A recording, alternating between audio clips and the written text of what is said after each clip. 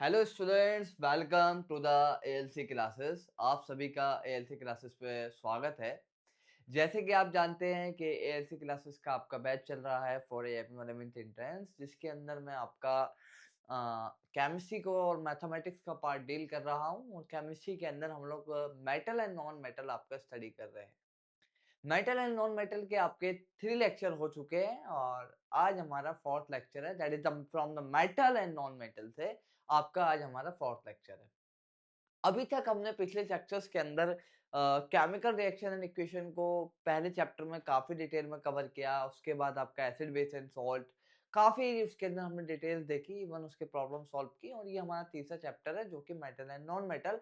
और साथ ही में मैं मैथमेटिक्स भी पढ़ा रहा हूँ जो कि पॉलिनोमियल आपका चल ही रहा है। आप देख सकते हो पॉलिनोमियल आपका कंप्लीट हो गया है। अब हम linear equation two variable start करेंगे, वो आप वहां जाकर देख सकते हैं। और आप जानते हैं कि एएलसी क्लासेस बहुत जल्दी आपका टेस्ट सीरीज भी अपने लाइव करने वाला है, तो आप लोग टेस्ट सीरीज ज्वाइन कर सकते हैं। और अगर आप क्लास 9th या 6th या अगर आपकी फैमिली में कोई जानने वाला है तो वो एएलसी क्लासेस आपका फ्री ऑफ कॉस्ट जो बैचेस चल रहे हैं उसको ज्वाइन कर सकता है। ये तो हमारी थी भाई एएलसी क्लासेस की बात है कि जैसे कि आप जानते हैं कि एएलसी क्लासेस आपका जेएमआई एएमयू एंट्रेंस की प्रिपरेशन कराता है for class 6, for class 9 and for class 11। ये हुई भाई आपकी एएलसी की बात। अब बात आते हैं आपकी जो हमारी काम की बात है, that is the metal and non metal का लेक्चर नंबर 4।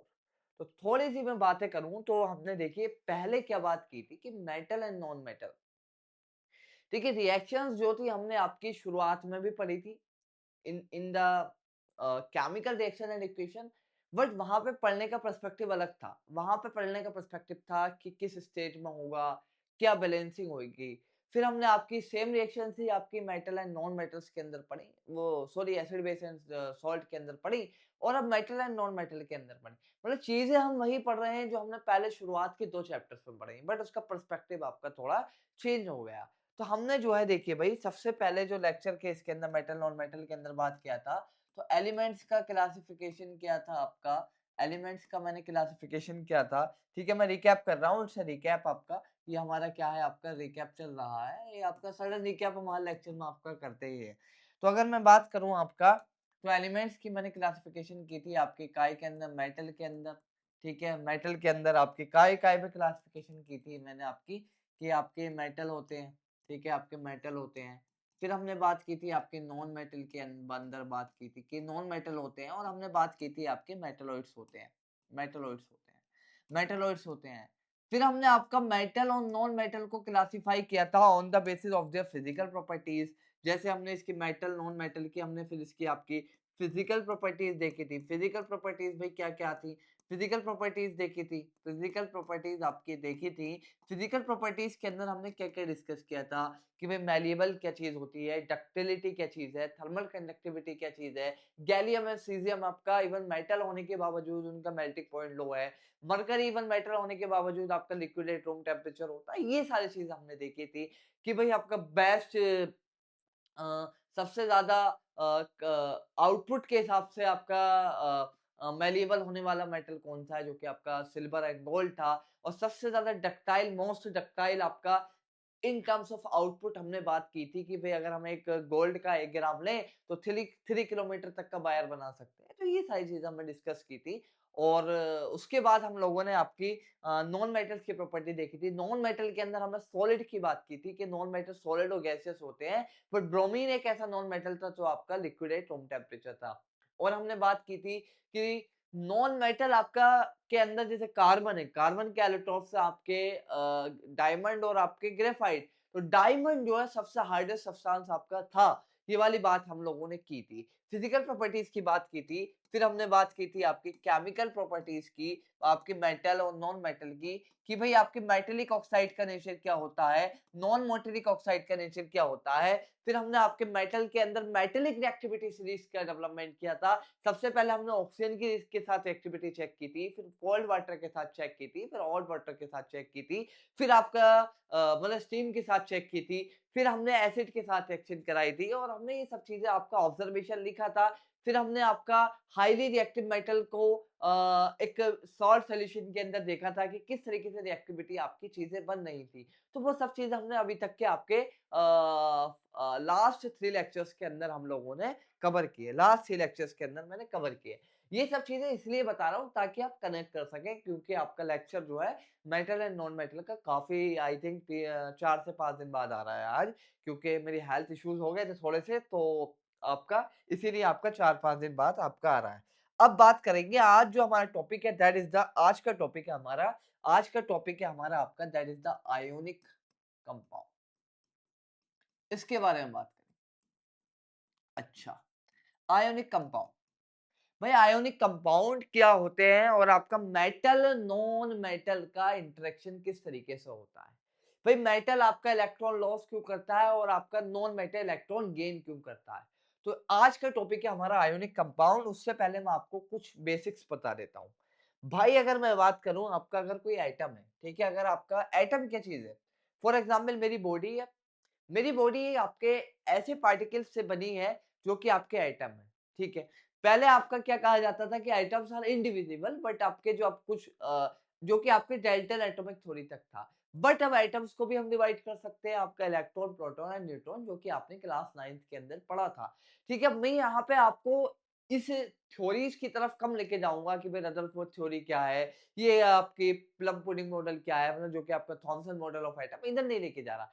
मैं आपको केमिकली एटम किस तरीके से बिहेव कर रहा है उस चीज को समझाने की कोशिश कर रहा हूँ। तो भाई एटम है, फॉर एटम का अगर मैं स्ट्रक्चर की बात करूं, तो एटम के अंदर आपका एक क्या होता है, आपका न्यूक्लियस होता है, ठीक है, आपका एक क्या होता है, न्यूक्लियस होता है, ठीक है, न्यूक्लियस होता है। और इस न्यूक्लियस के बाहर आपकी इलिप्टिकल या आपने पढ़ा होगा स्फेरिकल ऑर्बिट्स होती है, ये शेल्स होते हैं, ठीक है, आपके शेल्स होते हैं, जो कि मैं कह सकता हूँ आपके आपके लेवल पर आप चलिए मान लीजिए स्फेरिकल है, बट आप जब 11th में आएंगे तो आप इलिप्टिकल ऑर्बिट्स आप देखेंगे, ठीक है। अगर ये एक एटम है, ठीक है, कोई आपका एटम है, इसके अंदर आपका क्या होती है, न्यूक्लियस होती है, और इसके बाहर आपके क्या होती है, आपकी शेल्स होती है, जिसके अंदर आपके क्या होते हैं, आपके इलेक्ट्रॉन्स होते हैं।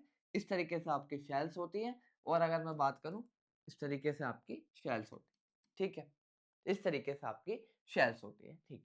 अब हमारे पास क्या है, देखिए अभी तक हमारे 18 एलिमेंट डिस्कवर्ड हुए हैं, तो मैक्सिमम आपके 7 सेल्स ही आपकी ऑक्यूपाई होती है, ठीक है, मैक्सिमम आपकी 7 सेल्स आपकी ऑक्यूपाई होती हैं, ठीक है, 7 अगर आप देखेंगे पीरियोडिक टेबल के अंदर तो 7 पीरियड है आपका मैक्सिमम, तो आपके 7 सेल्स ही आपकी क्या है, ऑक्यूपाई आपकी होती हैं। तो 1-1 इलेक्ट्रॉन आपके 1-180 इलेक्ट्रॉन्स आपके फिल हो जाते हैं। तो आपका एटम है, और आपका मैं बात करूं तो एटम के अंदर ये आपका है न्यूक्लियस, इसके अंदर आपके होते हैं प्रोटॉन और प्लस न्यूट्रॉन। प्रोटॉन क्या है, प्रोटॉन और न्यूट्रॉन मैंने लास्ट क्लास में आपको बताया है।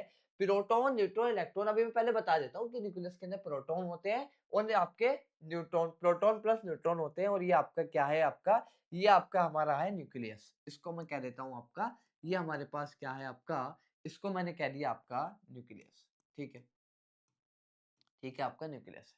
और ये एटम का आपका बहुत छोटा हिस्सा होता है। अगर फॉर एग्जांपल अगर एटम की रेडियस की बात करूं, तो रेडियस ऑफ एटम आपकी होती है, रेडियस ऑफ एटम, इसका कोई अभी आपके लेवल पर काम तो नहीं है कि रेडियस ऑफ एटम होती है 10 raise to the power -10 metre.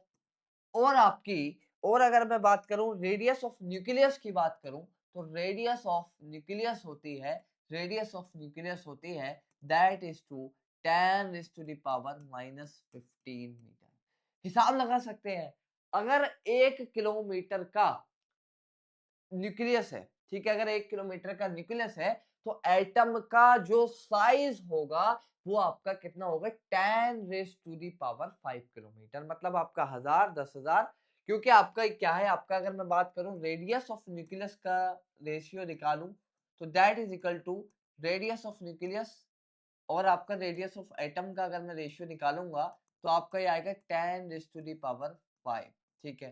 तो आपका रेडियस ऑफ एटम जो है आपका 10 raise to the power 5 times आपका क्या है, रेडियस ऑफ न्यूक्लियस है। इसको मैं सही से लिख देता हूँ, आपका रेडियस ऑफ एटम का रेशियो निकाल रहा हूँ, काय का रेशियो निकाल रहा हूँ, दूसरा रेशियो में निकाल रहा हूँ। ये मैं एक अंडरस्टैंडिंग के लिए आपको चीजें बता रहा हूँ, बस रेडियस ऑफ एटम बाय आपका radius of nucleus. Radius of nucleus,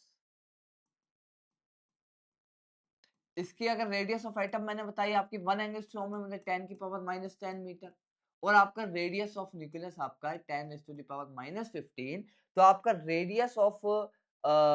radius of atom कितना हो जाएगा? तो रेडियस ऑफ एटम अगर आप देखेंगे ये 10 की पावर -15 ऊपर चला जाएगा, बचेगा आपका 10 की पावर 5 equal to 10 raise to the power 5 times radius of nucleus. मतलब अगर आपका 1 किलोमीटर का आपका न्यूक्लियस है, तो आपका 10 raise to the power 5 kilometre मतलब आपका 1000, 10,000 नहीं मीटर्स में बात चल रही है। अगर 1 किलोमीटर का अगर आपका रेडियस है, ठीक है? तो आपका एक मिनट मैं बताता हूँ आपको रेडियस ऑफ न्यूक्लियस। अगर आपका 1 किलोमीटर का रेडियस है, ठीक है? 1 किलोमीटर का रेडियस मतलब 1000 मीटर हो गया, तो आपका 100 किलोमीटर का आपका एटम का साइज़ होगा। ठीक है? अगर 1 किलोमीटर मतलब 1000 मीटर अगर आपका न्यूक्लियस है, तो आपका जो एटम होएगा वो आपका 100 किलोमीटर होएगा, क्योंकि हमारे पास ये रेशियो आपका आ रहा है। ये आपका कोई एक समझाने की बात है, ठीक है? Proton plus neutron. अब अगर मैं बात करूँ यहाँ ये इसके क्या है शेल्स हैं, इन शेल्स को मैं यहाँ आपके होते हैं इलेक्ट्रॉन। मान लीजिए आपके यहाँ इस तरीके से आपके इलेक्ट्रॉन होते हैं, यहाँ आपके क्या होते हैं शेल्स के अंदर आपके यहाँ आपके क्या होते हैं आपके ये आपके शेल्स हैं, या आप कह सकते हैं ऑर्बिट्स हैं, या फिर आप कह सकते हैं सब शेल्स। अगर इसके अंदर की बात करेंगे जो आप 11th में पढ़ेंगे शेल या ऑर्बिट कह दूँ, इसके अंदर आपके होते हैं इलेक्ट्रॉन होते हैं, इसके अंदर क्या होते हैं आपके कंटेन इलेक्ट्रॉन, इसके अंदर आपके क्या होते हैं आपके इलेक्ट्रॉन होते हैं। क्या होते हैं इसके अंदर आपके इलेक्ट्रॉन होते हैं, ठीक है इलेक्ट्रॉन। अब अगर कोई एटम एलिमेंटल स्टेट में है, कहने का मकसद फ्री स्टेट में है, एलिमेंटल स्टेट ज्यादा सटीक वर्ड आपका एलिमेंटल स्टेट है, क्योंकि फ्री स्टेट वर्ड में यहाँ यूज करूं फॉर एग्जांपल ऑक्सीजन है, ऑक्सीजन की फ्री स्टेट O2 है, तो आपका इस वजह से मैं यहाँ वर्ड यूज कर रहा हूँ एलिमेंटल स्टेट, क्योंकि ऑक्सीजन एटम की बात कर रहा हूं, ना कि मैं ऑक्सीजन मॉलिक्यूल की बात कर रहा हूँ। अगर आपका ये मैंने बात की, अगर आपका एटम है तो अगर मैं लिख सकता हूँ कि आपका एक एटम है उसके अंदर आपके क्या है एटम है उसके अंदर आपका न्यूक्लियस है, ठीक है, जिसके अंदर आपके प्रोटॉन प्लस आपका न्यूट्रॉन है, और अगर मैं बात करूं और साथ में आपके क्या है इलेक्ट्रॉन है, ये चीज है, ठीक है। अब जो एटम है अगर वो एलिमेंटल स्टेट में है, फॉर एग्जांपल ऑक्सीजन एटम है, क्लोरीन एटम है, नॉट आई मैं आपका गैस की बात नहीं कर रहा हूं अभी, अभी मैं एलिमेंटल स्टेट की बात कर रहा हूं, तो एटम क्या होता है इलेक्ट्रिकली न्यूट्रल होता है। एटम क्या होता है इलेक्ट्रिकली न्यूट्रल होता है, ठीक है, इन एलिमेंटल स्टेट, इन एलिमेंटल स्टेट, एलिमेंटल स्टेट अभी जैसे मैंने बताया hydrogen note a gas single atom की बात कर रहा हूं, इन एलिमेंटल स्टेट मैं क्या कहता हूं atom is electrically neutral, atom is electrically neutral. Electrically neutral का मतलब क्या है इस चीज को भी अभी मैं समझाऊंगा, पहले मैं लिख देता हूं इलेक्ट्रिकली न्यूट्रल। जैसे आपका हाइड्रोजन एटम हो गया, ऑक्सीजन का एटम हो गया, ये आपका एलिमेंटल स्टेट है, नाइट्रोजन का एटम हो गया, अगर ये H2O2 और N2 हो जाए, it's not a elemental state, it's a molecular state and a free state जिसमें आपका हमें मिलता है। हम बात कर रहे हैं आपका एलिमेंटल स्टेट की, आपका Fe हो गया, इस तरीके से मैं आपका एक्सेट्रा लिख सकता हूँ, ठीक है, इलेक्ट्रिकली न्यूट्रल है। अब आप एक चीज जानते होंगे, अगर मैं आपका कोई एक एलिमेंट ले लूं, मान लो आपका X, ठीक है X, ठीक है, मैंने आपका लास्ट क्लास में भी बताया था, मैंने आपका कोई एक एलिमेंट ले लिया दैट इज X, कोई मैंने एक जनरल आपका रिप्रेजेंटेशन लिख दिया X। अब मैंने आपको ये बताया था कि मैंने आपका Z आपका कैसे किस चीज को रिप्रेजेंट करता है आपका एटॉमिक नंबर को, A आपका रिप्रेजेंट करता है आपका मास नंबर को, तो Z आपका क्या होता था नंबर ऑफ प्रोटॉन होते थे, या आपके number of electron in elemental state, in आपका एलिमेंटल स्टेट या न्यूट्रल स्टेट, आपका ये वाली बात कह सकता हूं, या फिर number of electron in neutral state, in neutral state. अब आपको एक चीज अगर आप जानते होंगे कि इलेक्ट्रॉन के ऊपर कैसा चार्ज होता है निगेटिव चार्ज होता है, और प्रोटॉन के ऊपर आपका चार्ज होता है निगेटिव। अब इलेक्ट्रिकली न्यूट्रल है मतलब जितने इलेक्ट्रॉन उतने प्रोटॉन, चार्ज ऑन इलेक्ट्रॉन कितना होता है, अगर मैं बात करूं charge on electron, charge relative charge की बात कर रहा हूं, चार्ज ऑन इलेक्ट्रॉन आपका, अगर मैं रिलेटिव की बात कर रहा हूं, मैं इसके एक्चुअल वैल्यू की अभी बात नहीं कर रहा, ये आपका निगेटिव होता है। और ये रिलेटिव चार्ज की बात कर रहा हूँ, रिलेटिव चार्ज की बात कर रहा हूँ। और चार्ज ऑन प्रोटॉन आपका क्या होता है, आपका चार्ज ऑन प्रोटॉन आपका पॉजिटिव होता है, पॉजिटिव होता है। क्या होता है आपका, पॉजिटिव होता है। और आपका चार्ज ऑन न्यूट्रॉन आपका क्या होता है, जीरो होता है, देयर इज आपका न्यूट्रल होता है, ठीक है। चार्ज ऑन न्यूट्रॉन आपका कुछ भी चार्ज आपका नहीं होता न्यूट्रॉन पर, अच्छा, इक्वल टू आपका जीरो।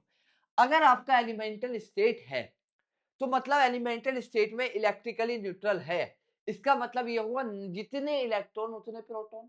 भाई फॉर एग्जांपल 3 लोग आपके एक तरफ से मुझे खींच रहे हैं और 3 मुझे इस तरफ से खींच रहे हैं, तो मैं वो तीनों आपके सेम ताकत के हैं, बट ये वाले इस डायरेक्शन में खींच रहे हैं, इस डायरेक्शन में खींच रहे हैं, तो मैं किधर भी नहीं हिलूंगा। इसी तरीके से अगर चार्ज के रेफरेंस में बात करें कि 3 लोग निगेटिव हैं, 3 लोग पॉजिटिव हैं, तो ओवरऑल क्या हो गया, न्यूट्रल हो गया। तो आपका इलेक्ट्रिकली न्यूट्रल स्टेट मतलब आपके नंबर ऑफ प्रोटॉन आपके बराबर हो जाएगा नंबर ऑफ इलेक्ट्रॉन के बराबर होगा। तो आपका एटम क्या होगा, इलेक्ट्रिकली न्यूट्रल होगा। एटम क्या होगा आपका, इलेक्ट्रिकली न्यूट्रल होगा। एटम क्या होगा आपका, एटम आपका क्या होगा, इलेक्ट्रिकली न्यूट्रल होगा। एटम आपका इलेक्ट्रिकली न्यूट्रल होगा, या मॉलिक्यूल अगर है तो वो भी आपका इलेक्ट्रिकली न्यूट्रल होगा, इलेक्ट्रिकली न्यूट्रल होगा, ठीक है, इलेक्ट्रिकली न्यूट्रल होगा, ठीक। ये वाली बात आपकी हुई। अब मैं बता रहा था कि आपके न्यूक्लियस है, न्यूक्लियस के अंदर प्रोटॉन प्लस न्यूट्रॉन होते हैं, और इसके बाहर आपके क्या है, शेल्स है या ऑर्बिट्स है, इसके अंदर आपके इलेक्ट्रॉन्स आपके होते हैं, ठीक है, इसके अंदर आपके इलेक्ट्रॉन्स आपके होते हैं। चार्ज ऑन इलेक्ट्रॉन आपका ये होता है, और ये आपका नंबर ऑफ प्रोटॉन और नंबर ऑफ इलेक्ट्रॉन के बराबर होता है Z। मास नंबर क्या होता है, मास नंबर, मास नंबर ये हो गया आपका, this is the atomic number. ये क्या है, Z इक्वल टू आपका क्या, एटॉमिक नंबर है, ये आपका एटॉमिक नंबर है, ठीक है, एटॉमिक नंबर है। और अब बात करते हैं ए इक्वल टू आपका होता है मास नंबर। ए क्या होता है आपका, ए इक्वल टू होता है आपका mass number, that is equal to number of proton, number of proton plus number of neutron, number of proton plus का आपका नंबर ऑफ न्यूट्रॉन, ठीक है, ये होता है आपका mass number that is a. अब मैंने आपको लास्ट क्लास के अंदर बात बताई थी कि mass of electron is negligible. तो आपका जो एटम के पास मास आ रहा था that is it is only due to number of proton या नंबर ऑफ इलेक्ट्रॉन का सम, ठीक है। मतलब आपका प्रोटॉन और न्यूट्रॉन का मास सेम है, बट इलेक्ट्रॉन का मास आपका नेग्लिजिबल है। फॉर एग्जाम्पल मैं हूं और मेरे ऊपर चींटी बैठ जाए, तो चींटी का मास का कुछ फर्क नहीं पड़ेगा ना। सिमिलरली यही चीज है कि इलेक्ट्रॉन का मास आप मान लीजिए चींटी है, और ये मास आपका मान लीजिए मैं हूं, मान लीजिए, तो भाई इस मास की कोई वैल्यू नहीं है, तो इसलिए हम इलेक्ट्रॉन का मास आपका नेग्लिजिबल मानते हैं। मास ऑफ इलेक्ट्रॉन आपका नेग्लिजिबल होता है, और मास ऑफ ये आपका जो मास नंबर है दैट इज इक्वल टू आपका होता है number of proton plus number of neutron के बराबर बराबर बराबर, ठीक है। अब मैंने ये वाली बात आपको एक जनरल डिस्क्रिप्शन आपका दे दिया। तो अब ये हमारे पास आपका एक एटम है, उसके अंदर न्यूक्लियस है, साइड्स में उसके ऑर्बिट है, इन ऑर्बिट्स के अंदर आपके इलेक्ट्रॉन आपके प्रेजेंट है, ठीक है। और मैंने आपको एक इमेजिनेशन भी करा दी, फॉर एग्जांपल कि अगर आप एक 1 किलोमीटर की, अगर आपकी 1 किलोमीटर, अगर आप मैं ऐसा मान लीजिए अगर एक फुटबॉल है, तो उसका बहुत बड़ा एरिया आपका एटम होगा, मतलब न्यूक्लियस फुटबॉल हो गई, और बहुत बड़ा एरिया, कितना बड़ा एरिया, अगर आपकी फुटबॉल अगर आपकी 1 मीटर की है, तो 1 मीटर की है तो उसका 10 टू द पावर 5 मीटर आपका रेडियस ऑफ द एटम होगी, रेडियस ऑफ द एटम होगी, रेडियस ऑफ द एटम होगी। या फिर ऐसे इमेजिन कर लें भाई कि 1 किलोमीटर लंबी आपकी 1 किलोमीटर रेडियस की आपकी न्यूक्लियस है।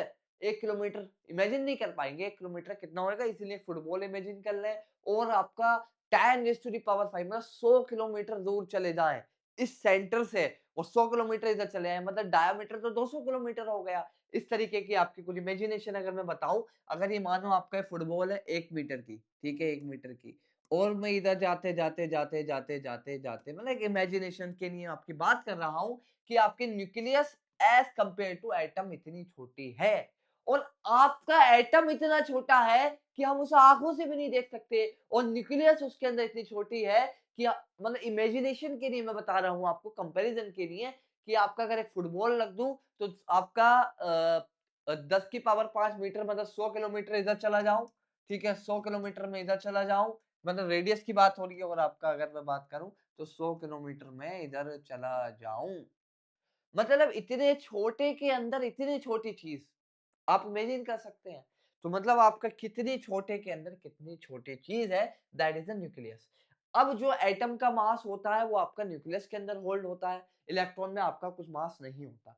अब जो इलेक्ट्रिक आपका एटम है, एटम के अंदर जो भी केमिकल प्रॉपर्टीज आएंगी, देखिए भाई, अभी प्रोटॉन प्लस न्यूट्रॉन है, ये आपका न्यूक्लियस है और ये इलेक्ट्रॉन है, इनके बीच में आपकी कोई इलेक्ट्रोस्टैटिक फोर्स ऑफ अट्रैक्शन होगी, ठीक है? ये आपका इलेक्ट्रॉन नेगेटिव चार्ज है और आपका प्रोटॉन पॉजिटिव चार्ज है, न्यूट्रॉन तो कुछ नहीं है। तो आपका इलेक्ट्रॉन को प्रोटॉन क्या है, न्यूक्लियस अपनी तरफ खींचेगी, ये अपनी तरफ खींचेगी, ठीक है, खींच के रखेगी और ये उसको खींचेगा, बट इसकी ताकत इतनी नहीं जितनी आपकी प्रोटॉन और न्यूक्लियस की है। भाई यहाँ पे आपके 10 लोग हैं और यहाँ पे आपका एक इंडिविजुअल अकेला है, ठीक है? तो आपका क्या है, इसको इलेक्ट्रॉन्स को न्यूक्लियस क्या रखती है, अपनी तरफ खींच के रखती है, ठीक है? तभी इलेक्ट्रॉन आपके रिवॉल्व करते हैं, ठीक है? तभी इलेक्ट्रॉन आपके रिवॉल्व करते हैं आपके ऑर्बिट्स या शेल्स के अंदर। अब देखिए, कभी भी कोई भी केमिकल रिएक्शन होती है तो उसके अंदर क्या होता है, इलेक्ट्रॉन आते हैं, इलेक्ट्रॉन जाते हैं या इलेक्ट्रॉन शेयर होते हैं। फॉर एग्जांपल रेडॉक्स रिएक्शन थी, तो रेडॉक्स रिएक्शन के अंदर क्या होता था, लॉस ऑफ इलेक्ट्रॉन होता था या गेन ऑफ इलेक्ट्रॉन होता था रेडॉक्स के अंदर। कभी आपने पढ़ा कि प्रोटॉन का आना या प्रोटॉन का जाना, नहीं। तो प्रोटॉन क्या रहता, हमेशा न्यूक्लियस के अंदर रहता है, एक्सेप्ट आपका न्यूक्लियर रिएक्शंस। न्यूक्लियर रिएक्शंस के अंदर प्रोटॉन के आपके चेंजेस हो जाते हैं, क्योंकि न्यूक्लियर फिजन वगैरह होता है तो उसके अंदर आपकी अलग चीजें होती हैं। बट जो आप हमारे लेवल पे है कि जो आपकी केमिकल रिएक्शन होती हैं, it is only due to the movement of electron. आपका इलेक्ट्रॉन, ठीक है, जो आपकी केमिकल रिएक्शंस होंगी, आपकी जो भी केमिकल रिएक्शंस होंगी, केमिकली आपका केमिकल नेचर जो केमिकल रिएक्शंस जो होंगी, only due to the only due to the only only due to the movement of electron, due to the movement of electron, आपका इलेक्ट्रॉन बाहर निकल रहा है या इलेक्ट्रॉन आपका आ रहा है या आपका इलेक्ट्रॉन शेयर कर रहा है, in case of electro in case of covalent compound, in case of ionic आपका आ रहा है या आपका जा रहा है, मतलब एक एक उसको एक्सेप्ट कर रहा है या एक उसको लूज कर रहा है। ये वाली बात अभी हम करेंगे अभी आपके आयोनिक कंपाउंड के अंदर, ठीक है? तो ये वाली बात हमारी आपकी हो गई कि आपका एटम आपका क्या था, मैं कोई चीज बताने की सोच रहा था, ठीक है? केमिकल नेचर जो होता है आपका only due to the electrons आपका होता है। अब बात ये है, देखिए, अगर हम बात करते कि एटॉमिक नंबर, हमने इसी वजह से हमेशा नंबर ऑफ प्रोटॉन के बराबर होगा। अब फॉर एग्जांपल कोई आइटम था, उसने एक इलेक्ट्रॉन गेन कर लिया, तो मैंने इसी वजह से लिखा इन न्यूट्रल स्टेट, इसी वजह से मैंने यहाँ लिखा है कि आपका न्यूट्रल स्टेट जो आपका एटॉमिक नंबर होगा। फॉर एग्जांपल कोई एलिमेंट था, उसने एक इलेक्ट्रॉन का लॉस कर दिया। फॉर एग्जांपल अगर मैं बात करूं, ठीक है, फॉर एग्जांपल आपका अगर मैं बात करूं, आपका ले लो सोडियम ले लो, ठीक है, सोडियम ले लो, सोडियम, इसका एलिमेंट आपका एटॉमिक नंबर आपका 11 है, ठीक है? सोडियम क्या कर दिया, सोडियम ने आपका एक इलेक्ट्रॉन आपका मान लो लूज कर दिया, ठीक है, मान लो, ठीक है। अब इसके पास कितने बचे आपके, 10 इलेक्ट्रॉन, ठीक है? भाई इसके पास 11 थे, अब यहाँ इसने एक इलेक्ट्रॉन लॉस कर दिया, बचे कितने आपके 10। सोडियम प्लस पे आपके बचे कितने, 10 इलेक्ट्रॉन। अब अगर आप इलेक्ट्रॉन को एटॉमिक नंबर का पैरामीटर हमेशा लें तो दिक्कत हो जाएगी। भाई इसका एटॉमिक नंबर पहले 11 था, अब 10 हो गया, ऐसा नहीं होता। क्यों, इसी वजह से मैंने लिखा नंबर ऑफ इलेक्ट्रॉन के बराबर होगा इन neutral state. Atomic number number of electron के बराबर होगा सिर्फ और सिर्फ इन neutral state only, neutral state only. और नंबर ऑफ प्रोटॉन के हमेशा होगा। भाई प्रोटॉन कितने हैं इसके अंदर, आपके 11 प्रोटॉन है, ठीक है? अगर मैं इसका लिखूं मास नंबर 13 है, ठीक है, मास नंबर 23 है, तो इसके अंदर आपके मास नंबर 23 है, तो 11 प्रोटॉन और 11 आपके इलेक्ट्रॉन होंगे, तो आपके इसके अंदर कितने प्रोटॉन है, आपके 11 प्रोटॉन है और बाकी के आपके क्या है, 12 आपके इसके अंदर न्यूट्रॉन है, 12 आपके न्यूट्रॉन है, ठीक है, 12 आपके न्यूट्रॉन है। तो एटॉमिक नंबर का जो क्राइटेरिया है, अगर न्यूट्रल स्टेट है तो it will equal to the number of electron and हमेशा it will equal to the number of proton. ये वाली बात आपको अच्छे से समझ आ गई होगी, ठीक है। अब मैं बात कर रहा था आपकी ये वाली बात कि आपका एक एटम है, उसके अंदर न्यूक्लियस है और ये आपके उसके अंदर शेल्स है। अब मैं इन शेल्स को आपका एक बार बना लेता हूँ कि आपका एटम है और उसके अंदर मैंने आपके लिख दिया न्यूक्लियस, ठीक है। ठीक है, आपका एक एटम मैंने मान लिया, इसकी आपकी न्यूक्लियस मान ली और इसके बाहर मैंने आपकी शेल्स कहनी, ये आपकी शेल्स है। और हमें जो केमिकल रिएक्टिविटी देखनी है वो किस वजह से आएगी आपके, ओनली ड्यू टू द कि किस तरीके से इलेक्ट्रॉन गेन हो रहा है, किस तरीके से आपके जो बॉन्डिंग हो रही है वो आपकी किस वजह से आएगी, only due to the electron. ये वाली बात मैंने आपको बता दी, ठीक है। अब ये मेरे पास आपकी इसकी शेल्स है, इस शेल्स को मैं कह देता हूँ shell number 1 and this is K. इस तरीके से आपका एल आएगी, दैट इज एन से रिप्रेजेंट कर देता हूँ, एक मिनट रुकिए, मैं के शेल है और इसको मैं कह देता हूँ एन इक्वल टू 1। ये आपकी एल शेल है, एन इक्वल टू 2। इसी तरीके से तीसरी शेल आएगी, इसी तरीके से आपकी तीसरी शेल आएगी, ठीक है, और इसी तरीके से आपकी तीसरी शेल आएगी। ये आपकी, ये सब नाइन्थ की चीजें बता रहा हूँ आपको ताकि एक आयोनिक बॉन्ड के ऊपर आपकी एक अंडरस्टैंडिंग हो जाए। और के एल एम आ गया, फिर इसी तरीके से आपकी एन आएगी और इस तरीके से हम आगे बढ़ते जाएंगे, इसी तरीके से आगे हम बढ़ते जाएंगे। n इक्वल टू 4 n होगी और n small n equal to 4। अब जो है ये एक शेल है, ये आपके प्रोटॉन प्लस आपके आपके क्या होंगे, न्यूट्रॉन होंगे, ठीक है, कोई दिक्कत की बात नहीं। अब मैंने ये कह दिया कि भाई ये आपका एटम है, ये आपकी इसकी शेल्स हैं। अब जो शेल के अंदर मैक्सिमम इलेक्ट्रॉन हो सकते हैं उसका फॉर्मूला होता है आपका 2n स्क्वायर, कि भाई आपका अगर शेल नंबर 1 है तो उसके अंदर कितने इलेक्ट्रॉन मैक्सिमम आ सकते हैं, शेल नंबर 2 है उसके अंदर मैक्सिमम इलेक्ट्रॉन कितने आ सकते हैं, और शेल नंबर 3 है तो आपके कितने मैक्सिमम इलेक्ट्रॉन आ सकते हैं। मैक्सिमम इलेक्ट्रॉन आपके कितने आ सकते हैं, maximum electron in the shell, ठीक है, ये आपका होता है। अगर मैं बात करूं n इक्वल टू 1 पुट करूंगा तो शेल नंबर 1 के अंदर कितने आएंगे, n इक्वल टू 1 के अंदर आपके आएंगे तो 2n स्क्वायर, मतलब कि आपका 1 का स्क्वायर, ये आपका 2 आ जाएगा। अगर मैं बात करूं आपका शेल नंबर 2 के अंदर कितने आएंगे तो ये आ जाएगा आपका 2 इंटू 2 का स्क्वायर, ये आपका 8 आ जाएगा। अगर मैं बात करूं शेल नंबर 3 के अंदर कितने आएंगे आपके 2n स्क्वायर से n इक्वल टू 3 के अंदर अगर मैं बात करूं तो 2n स्क्वायर 3 का स्क्वायर 9, आपके 18 इलेक्ट्रॉन आ जाएंगे, आपके 18 इलेक्ट्रॉन आ जाएंगे। और अगर मैं बात करूं n equal to 4, maximum electron 4 shell के अंदर कितने आएंगे, n इक्वल टू 4, 4 का स्क्वायर 16 और ये आ जाएंगे आपके 32, कितने आ जाएंगे आपके 32। ये वाला फॉर्मूला हम यूज करते हैं कि एक आपकी जो शेल है उसके अंदर मैक्सिमम इलेक्ट्रॉन कितने आ सकते हैं, ठीक। अब मैंने आपकी पिछले लेक्चर के अंदर एक बात बताई थी, फर्स्ट 20 एलिमेंट्स के अंदर मैंने बात की थी हाइड्रोजन का एटॉमिक नंबर क्या होता है, आपका 1 होता है, ठीक है, क्या होता है 1 होता है, ठीक है। अभी मैं सिर्फ एटॉमिक नंबर की बात करूंगा क्योंकि मास नंबर की हमें काम नहीं है, ठीक है, एटॉमिक नंबर से हमारा काम हो जा रहा है। अगर मैं बात करूं हाइड्रोजन का एटॉमिक नंबर है 1, मतलब आपका न्यूट्रल है और इसके अंदर आपका एक इलेक्ट्रॉन है और एक प्रोटॉन है, न्यूट्रॉन आपका 0 है, ठीक है, उससे कोई काम भी नहीं है, हमें इलेक्ट्रॉन ही देखना है। अगर मैं बात करूं इसके अंदर एक इलेक्ट्रॉन है तो इसका जो इलेक्ट्रॉन है वो जाएगा काय के अंदर, पहली शेल के बाद जाएगा, मतलब न्यूक्लियस, न्यूक्लियस के बाद जो भी आपकी पहली शेल होगी उसके अंदर जाएगा, मतलब कि आपका के शेल के अंदर जाएगा, के शेल के अंदर इसका इलेक्ट्रॉन जाएगा और के शेल का नंबर है n इक्वल टू 1, ठीक है, n इक्वल टू 1। तो आपके इसके आउटर मोस्ट इलेक्ट्रॉन में कितने इलेक्ट्रॉन आ सकते हैं, के अंदर आपके 2n स्क्वायर आ सकते हैं, मतलब 2 इलेक्ट्रॉन आ सकते हैं। बट हमारे पास हाइड्रोजन के कितने इलेक्ट्रॉन है, एक इलेक्ट्रॉन है, तो भाई आपका ये तो एक इलेक्ट्रॉन है तो के में आपका एक इलेक्ट्रॉन ही फिल हो जाएगा, सिंपल, ठीक है, सिंपल आपका एक इलेक्ट्रॉन। अगर मैं इसकी इलेक्ट्रॉनिक कॉन्फ़िगरेशन लिख दूं तो आपके क्या आएगी, इसकी इलेक्ट्रॉनिक कॉन्फ़िगरेशन आपकी आएगी 1, ठीक है, इलेक्ट्रॉनिक कॉन्फ़िगरेशन इसकी आएगी 1, मतलब इसके पास आपका एक इलेक्ट्रॉन है। अब बात करता हूँ हीलियम की, भाई हीलियम की है, मतलब कि आपका इसका एटॉमिक नंबर आपका 2 है और इसके आपका के शेल के अंदर मैक्सिमम आपके 2 आ सकते हैं, तो 2 आ जाएंगे। अब बात करता हूँ लिथियम की, यहाँ गौर से देखना है लिथियम की। अगर मैं बात करता हूँ अब आपकी लिथियम की, कि लिथियम मैंने मान लिया ये, ठीक है, इसका एटॉमिक नंबर होता है आपका 3, ठीक है, इसका एटॉमिक नंबर होता है 3।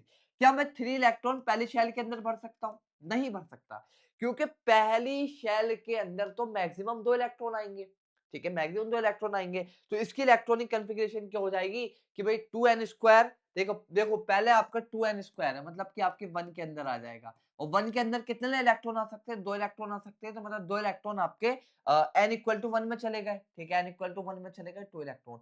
अब बची आपकी अगली वाली शेल, तो 2 1 आ जाएगा, ठीक है, 3 इलेक्ट्रॉन इसके भी आपके फिल हो गए, 3 इलेक्ट्रॉन आपके इसके भी फिल हो गए, 0 2 हटा दो, सिंपल 2 लिख देते, ठीक है, तो आपके 3 इलेक्ट्रॉन आपके इसके अंदर आ गए। अब बात करता हूँ lithium, hydrogen, helium, lithium, beryllium, beryllium की बात करता हूँ, इसका एटॉमिक नंबर होता है 4। भाई सेकंड शेल के अंदर मैक्सिमम 8 इलेक्ट्रॉन आ सकते हैं, तो अभी 1 इलेक्ट्रॉन इसके अंदर अभी 7 इलेक्ट्रॉन और आ सकते हैं, तो ये हो जाएगा आपका 2,2, कोई दिक्कत नहीं। अब बात करता हूँ बोरोन की, बोरोन का होता है आपका 5, ठीक है, बोरोन का कितना होता है? एटॉमिक नंबर आपका 5 होता है, 5 होता है, 5 होता है, 5 होता है, आपका 5 होता है, 5 होता है, तो इसके अंदर कितना आ जाएंगे? 2,3। अब कार्बन की बात कर लेता हूँ, कार्बन इस तरीके, nitrogen, oxygen, fluorine, neon, sodium, magnesium, ठीक है, और एल्युमिनियम, ठीक है, silicon, phosphorus, sulphur, chlorine, argon, potassium and calcium, ठीक है। अब अगर मैं बात करूं, दिस इज कार्बन, कार्बन का एटॉमिक नंबर कितना है आपका? 6 है, कितना है आपका? 6 है। अब भाई सेकंड शेल है, मतलब कि आपका 2n², ठीक है भाई, अभी 8 इलेक्ट्रॉन तक आ सकता है, 2n² है, तो मतलब आपका 2 का स्क्वायर 4, ठीक है, 4, तो 8 इलेक्ट्रॉन तक आ सकते हैं। अभी कितने इलेक्ट्रॉन भरे? 3 भरे हैं, तो भाई अभी इसको मैं लिख सकता हूँ 2,4, और ये लिख सकता हूँ 2,5, और ये लिख सकता हूँ 2,6, और ये लिख सकता हूँ 2,7, और ये आ गया 2,8। अब हमारी आपकी सेकंड शेल आपकी पूरी भर गई, ठीक है, पूरी भर गई। ये हमारा इसके अंदर टोटल इलेक्ट्रॉन 6 हो गए, इसका एटॉमिक नंबर 7 हो गया, इसका 8 हो गया, फ्लोरीन का 9 है, नियोन का आपका 10, ठीक है, नियोन का आपका 10, ठीक है, ठीक है, आपका नियोन का आपका क्या हो गया? 10 हो गया, नियोन का आपका कितना हो गया? 10। अब हमारे पास देखिए भाई, इसके अंदर ये तो हमारे फिक्स रहेंगे। अब जो अगला इलेक्ट्रॉन आएगा, वो कौन से शेल के अंदर भरा जाएगा? आपका n = 3 के अंदर भरा जाएगा। कहाँ भरा जाएगा? आपका n = 3 के अंदर, और n = 3 में मैक्सिमम इलेक्ट्रॉन कितने आ सकते हैं? n = 3 में आपके मैक्सिमम इलेक्ट्रॉन कितने आ सकते हैं? n = 3 में मैक्सिमम इलेक्ट्रॉन आ सकते हैं 2n², मतलब 3 का स्क्वायर, मतलब कि आपके 18 इलेक्ट्रॉन आपके आ सकते हैं। कितने इलेक्ट्रॉन आ सकते हैं? मैक्सिमम आपके 18 इलेक्ट्रॉन आ सकते हैं, तो भाई कोई दिक्कत नहीं है, तो यहाँ 282, जब तक आपका 18 नहीं आ जाए। और एक रूल और होता है, अगर 8 से ज्यादा इलेक्ट्रॉन आएंगे, बट आपकी वहां तक कहानी नहीं जाएगी, आपका तो यहाँ पे मैटर आपका रिजोल्व हो जाएगा। अभी मैं कर दूंगा उसको, कि आपके मैग्नीशियम का ये हो जाएगा इसके अंदर 283, ठीक है, सिलिकॉन के अंदर हो जाएगा 284, इसी तरीके से फॉस्फोरस के अंदर हो जाएगा 285, एंड आपका सल्फर के अंदर हो जाएगा 286, और क्लोरीन के अंदर हो जाएगा 28,7, और आपका आर्गन के अंदर हो जाएगा 28,8। अब बहुत इंटरेस्टिंग चीज आएगी, अब आएगी इंटरेस्टिंग चीज। अब हमारे पास क्या था? शेल नंबर 3 के अंदर आपके मैक्सिमम कितने इलेक्ट्रॉन आ सकते हैं? 18 इलेक्ट्रॉन आ सकते हैं। कितने इलेक्ट्रॉन आ सकते हैं? 18।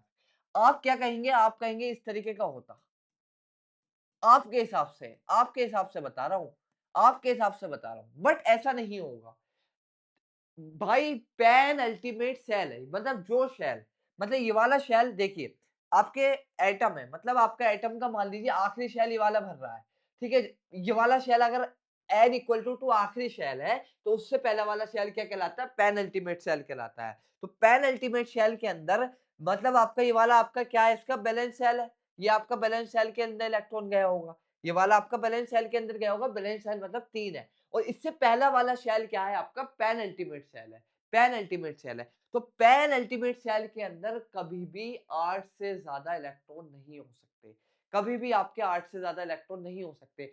भाई भरने को 18 भर सकते हैं, लेकिन पहले हमें 8 भरने होंगे और आगे इलेक्ट्रॉन दे देने होंगे। अगर आगे से इलेक्ट्रॉन बच रहे हैं तो पीछे इलेक्ट्रॉन भर सकता हूं, कोई दिक्कत की बात नहीं है। अगर भाई मेरे आगे से इलेक्ट्रॉन बच गए, फॉर एग्जांपल यहाँ इस तरह की कंडीशन है, ऐसा मान लेता हूं कि यहाँ पे मेरे पास है आपका ये है, तो पहले मेरा काम ये होगा कि मैं आपका, पहले मेरा काम ये होगा कि मैं यहाँ पे आपके सिर्फ 8 इलेक्ट्रॉन मैक्सिमम भर सकता हूं पहले, और एक इलेक्ट्रॉन आपका आगे भर दिया, एक इलेक्ट्रॉन आगे भर दिया। तो आगे मुझे कितने इलेक्ट्रॉन भरने होंगे? 2 इलेक्ट्रॉन भरने होंगे आगे। आगे मुझे कितने आपके 2 इलेक्ट्रॉन आपके भरने होंगे आगे, 2 इलेक्ट्रॉन भरने होंगे आगे। अगर आगे 2 इलेक्ट्रॉन भर गए, उसके बाद मैं पीछे आ सकता हूँ, उसके बाद पीछे आ सकता हूँ, कोई दिक्कत की बात नहीं है। फॉर एग्ज़ाम्पल अगर मैं बात करूँ सिलिकॉन आपका डी ब्लॉक एलिमेंट्स है तो उसके अंदर इस तरह की चीजें देखने को मिलेंगी। तो आपके पैन अल्टीमेट सेल के अंदर मैक्सिमम 8 से ज्यादा इलेक्ट्रॉन नहीं हो सकते, क्योंकि मुझे यह नजर आ रहा है कि भाई ये वाला मेरे पास क्या बैलेंस सेल है, तो बैलेंस सेल के अंदर मैं क्या करूंगा, पहले आपका ये मुझे पैन अल्टीमेट सेल बनता हुआ दिखाई दे रहा है, तो मैंने एक इलेक्ट्रॉन आगे भेज दिया, फिर अगर बच रहे हैं इलेक्ट्रॉन 2 इलेक्ट्रॉन मिनिमम फिल करने तक, तो मुझे पीछे आपके इलेक्ट्रॉन फिल कर सकता हूँ। तो ये वाली आपकी कॉन्फ़िगरेशन आप याद रखें, काहे की आपकी पोटेशियम की और आपकी कैल्शियम की, काहे की आपकी पोटेशियम की और आपकी कैल्शियम की, क्योंकि आप यहाँ 9 भरते और आपका 2 भरते, क्योंकि मैक्सिमम इलेक्ट्रॉन आपके कितने आ सकते थे, 18 आ सकते थे। तो ये वाली बात आपकी हो गई आपकी ये, ठीक है। अब बात करते हैं आपके सोडियम। अब हम बात करेंगे आयोनिक सॉलिड्स की, आयोनिक कंपाउंड्स की। देखिए आयोनिक कंपाउंड्स क्या होते हैं, आयोनिक कंपाउंड्स आपके होते हैं, पहले मैं इसकी फिजिकल नेचर बता देता हूँ किस तरीके का होता है, फिजिकल स्टेट बता देता हूँ। इन जनरल आपके सॉलिड होते हैं और क्रिस्टलाइन होते हैं, सॉलिड क्रिस्टलाइन क्रिस्टलाइन होते हैं, और सॉलिड भी होते हैं तो कैसे होते हैं, क्रिस्टलाइन। देखिए सॉलिड के अंदर भी दो फॉर्म होती है, क्रिस्टलाइन होती है और एक एमोर्फस होती है। जो आयोनिक कंपाउंड्स होते हैं आपके सॉलिड क्रिस्टलाइन होते हैं, ठीक है, सॉलिड होते हैं, क्रिस्टलाइन होते हैं। मतलब क्रिस्टलाइन का मतलब आपके क्रिस्टल्स होती हैं, उन क्रिस्टल्स की एक स्पेसिफिक ज्योमेट्री होती है, स्पेसिफिक इंटरफेशियल एंगल होता है, और उनका लैटिस पैरामीटर आपका फॉर एग्जांपल आपका देखने में वो आपका, अगर आप उसको एक्स-रे डिफ्रैक्शन करें या क्रिस्टलोग्राफी वगैरह करें, तो एक स्पेसिफिक पैरामीटर आपको देखने को मिलते हैं, मतलब कि उसकी एज लेंथ इतनी होगी, क्यूबिक है, टेट्रागोनल है, या फिर आपका किस तरीके का है वो हमें देखने को मिलता है, मतलब स्पेसिफिक ज्योमेट्री होगी, आप ऐसे समझ सकते हैं। क्रिस्टलाइन का मतलब क्या है आपका, एक स्पेसिफिक ज्योमेट्री होगी, क्या होगी आपकी, स्पेसिफिक ज्योमेट्री आपकी होगी, स्पेसिफिक ज्योमेट्री आपकी होगी, ऐसा मान लें। फॉर एग्जांपल आपके ये क्यूबिक हो सकता है, ठीक है, क्यूबिक हो सकता है, ये टेट्रागोनल हो सकता है, क्यूबॉइडल हो सकता है, मतलब हेक्सागोनल हो सकता है, कुछ भी आपका हो सकता है, ठीक है, मतलब स्पेसिफिक ज्योमेट्री आपकी होगी, क्रिस्टलाइन होंगे, ठीक है, क्रिस्टलाइन होंगे, ठीक है, क्रिस्टलाइन। आयोनिक सॉलिड जो होते हैं, ये बनते हैं आपके दो चीजों से, एक इसके अंदर आपका आयोनिक कंपाउंड्स के अंदर आपकी दो चीज होती हैं, ये बनते हैं आपके दो चीजों से, एक बनता है आपका ये, इट्स फॉर्म बाय ये काय से बनता है आपका, अ, न ये आपका कॉम्बिनेशन ऑफ मेटल और नॉन मेटल होता है, ठीक है? आपका क्रिस्टलाइन होता है, सॉलिड और क्रिस्टलाइन होता है, ठीक। अगर मैं बात करूँ सॉलिड और आपका क्या है क्रिस्टलाइन होता है। इसी वजह से मतलब अगर कोई चीज़ लिक्विड है, ठीक है? तो वो क्या करेगी आपकी जल्दी वेपराइज़ हो जाएगी, मतलब जल्दी बॉयल हो जाएगी। उसके वेपर आपके मतलब अगर फॉर एग्ज़ाम्पल H2O वाटर है, तो H2O वाटर आपका जल्दी आपका क्या हो जाएगा, अगर मैं उसको बॉयल करूँ, तो वो आपका गैसेज़ बन जाएगा। बट अगर कोई सॉलिड है, अगर कोई सॉलिड है, सॉलिड से पहले वो लिक्विड होएगा, लिक्विड से फिर गैस बनेगा। तो इनका आपका क्या होता है, हाई बॉइलिंग पॉइंट होता है, हाई बॉइलिंग पॉइंट आपका इनका होता है। हाईली बॉइलिंग पॉइंट आपका होता है। क्यों होता है? भाई एक तो सबसे बड़ा मसला है सॉलिड में मिलते हैं, और इनके अंदर जो है इनके अंदर जो है आपका इंटरमॉलिक्यूलर फोर्सेस आपकी बहुत ज़्यादा होती है, इलेक्ट्रोस्टैटिक फोर्सेस आपकी बहुत ज़्यादा होती है। ये आपका NaCl कोई मॉलिक्यूल नहीं है, इट्स अ क्रिस्टल, ठीक है? ऐसा नहीं है कि मॉलिक्यूल वाली कोई फॉर्म नहीं मिलेगी, एक क्रिस्टलाइन फॉर्म मिलेगी, ठीक है? क्रिस्टलाइन फॉर्म मिलेगी। तो इसका क्या है, आपका हाई बॉइलिंग पॉइंट आपका होता है। क्यों होता है? हाई बॉइलिंग पॉइंट क्यों होता है? क्योंकि भाई क्रिस्टलाइन सॉलिड होते हैं, क्रिस्टलाइन सॉलिड्स होते हैं, ठीक है? पहले सॉलिड में जाएगा, और आपका सॉलिड से पहले कि आपके क्रिस्टलाइन सॉलिड्स होते हैं इसके अंदर अगर मैं बात करूँ, और हाई मेल्टिंग पॉइंट भी होता है इसका। इसका मेल्टिंग पॉइंट भी आपका क्या होता है, हाई होता है, हाई मेल्टिंग पॉइंट होता है। कैसा मेल्टिंग पॉइंट होता है इनका? मेल्टिंग पॉइंट भी आपका इनका हाई होता है, मेल्टिंग पॉइंट हाई होता है। अब ये क्यों हाई होता है? क्योंकि आपके इलेक्ट्रोस्टैटिक फोर्स ऑफ अट्रैक्शन होती है इनके बीच में, क्या होती है आपकी इलेक्ट्रोस्टैटिक फोर्स ऑफ अट्रैक्शन होती है। वो कैसे होती है अभी मैं बात करूंगा। फोर्स ऑफ अट्रैक्शन होती है, फोर्स ऑफ अट्रैक्शन, ठीक है, फोर्स ऑफ अट्रैक्शन, क्योंकि आपके इसके अंदर हाई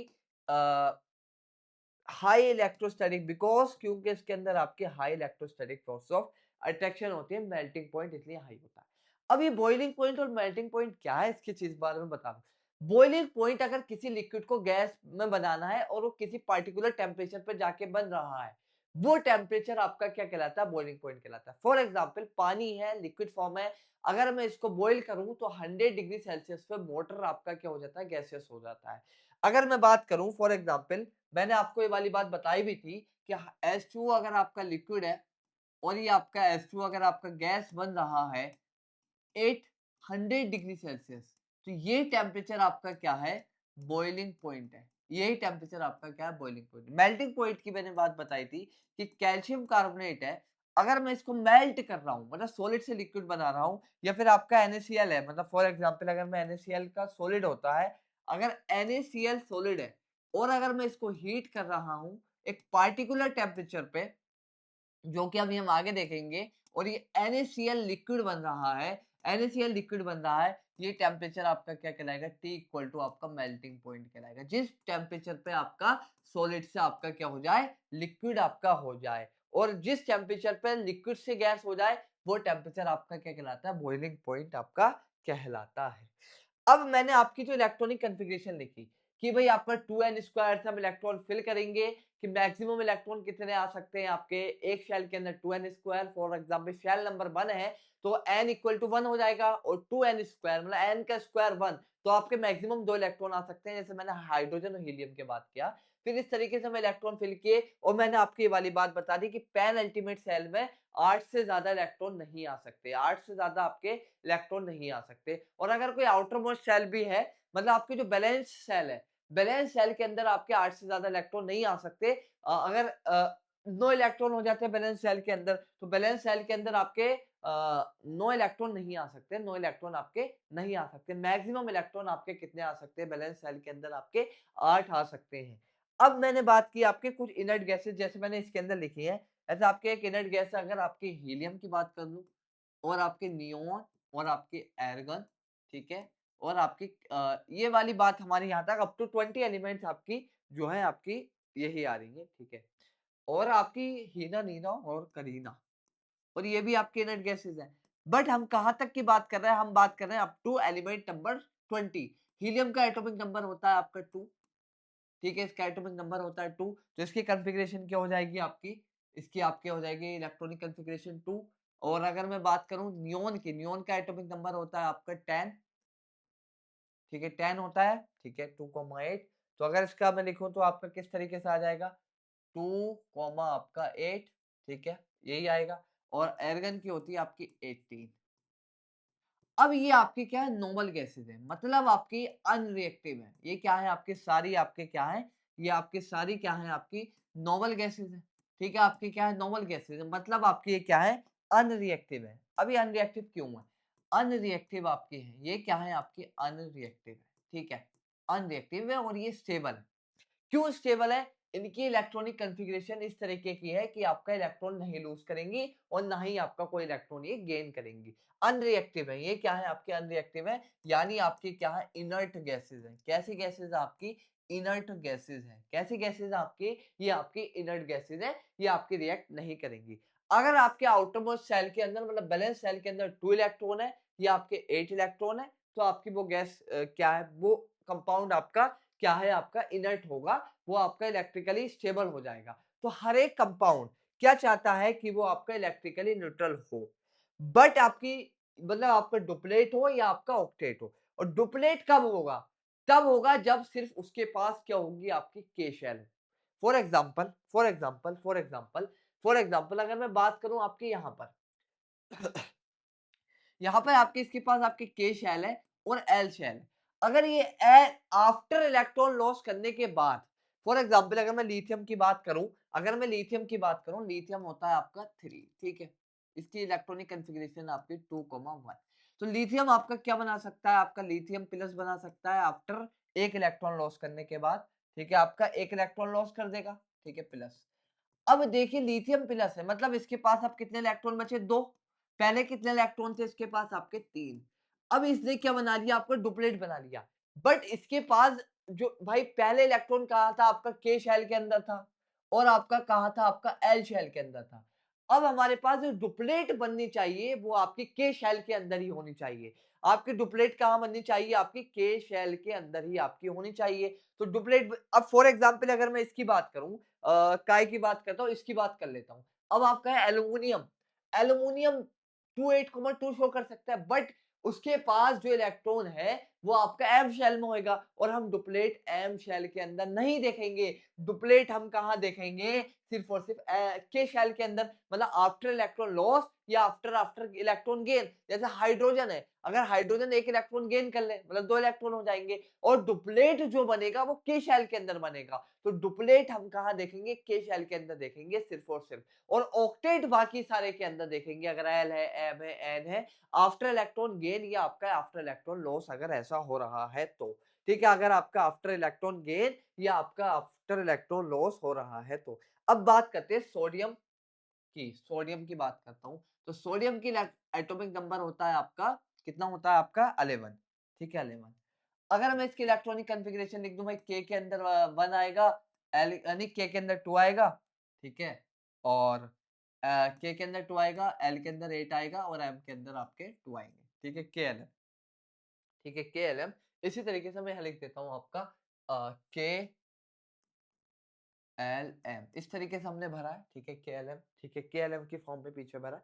अब मैंने बात की आपकी सोडियम की, कहाँ गया, ठीक है, सोडियम।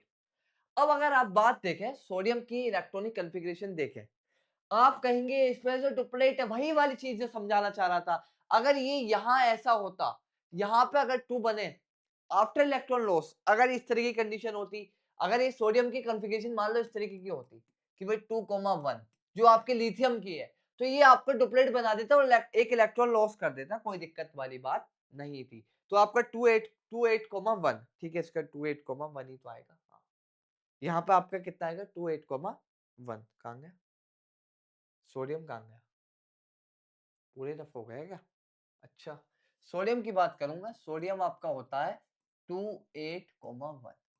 अगर मैं बात करूं, भाई आप कहेंगे कि सोडियम एक इलेक्ट्रॉन गेन करके डुप्लेट कर लेगा, नहीं, वो डुप्लेट आपकी कहाँ होनी चाहिए थी, के शेल के अंदर होनी चाहिए थी, तो डुप्लेट तो बनाएगा नहीं।